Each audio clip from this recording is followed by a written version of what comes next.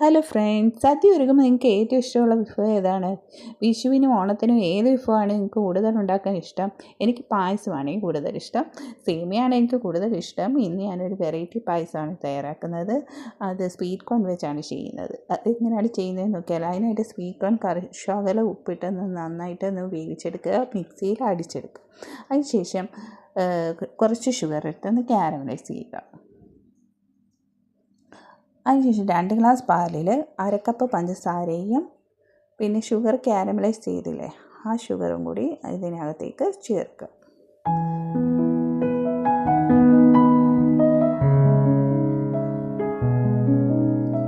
അതിനുശേഷം നമ്മൾ ആ മിക്സിയിൽ അടിച്ചു വെച്ച ആ മിക്സില്ലേ, സ്വീറ്റ് കോൺ മിക്സ്, അതും കൂടി ഇതിനകത്തേക്ക് ചേർക്കുക.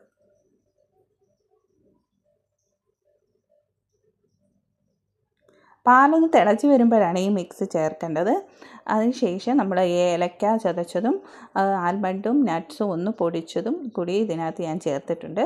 അപ്പോൾ നല്ല പായസത്തിനൊരു പ്രത്യേക ഫ്ലേവർ വരും. അപ്പോൾ അതും കൂടി ഒന്ന് നന്നായിട്ടൊന്ന് ഇളക്കി ഒന്ന് കുറുക്കിയെടുക്കുക. അതിനുശേഷം കുറച്ച് നെയ്യിൽ നമ്മുടെ കറുത്ത മുന്തിരി, റൈസൻസും നട്ട്സും ഒന്ന് വറുത്തിട്ട് ഈ പായസത്തിലേക്ക് ചേർക്കുക.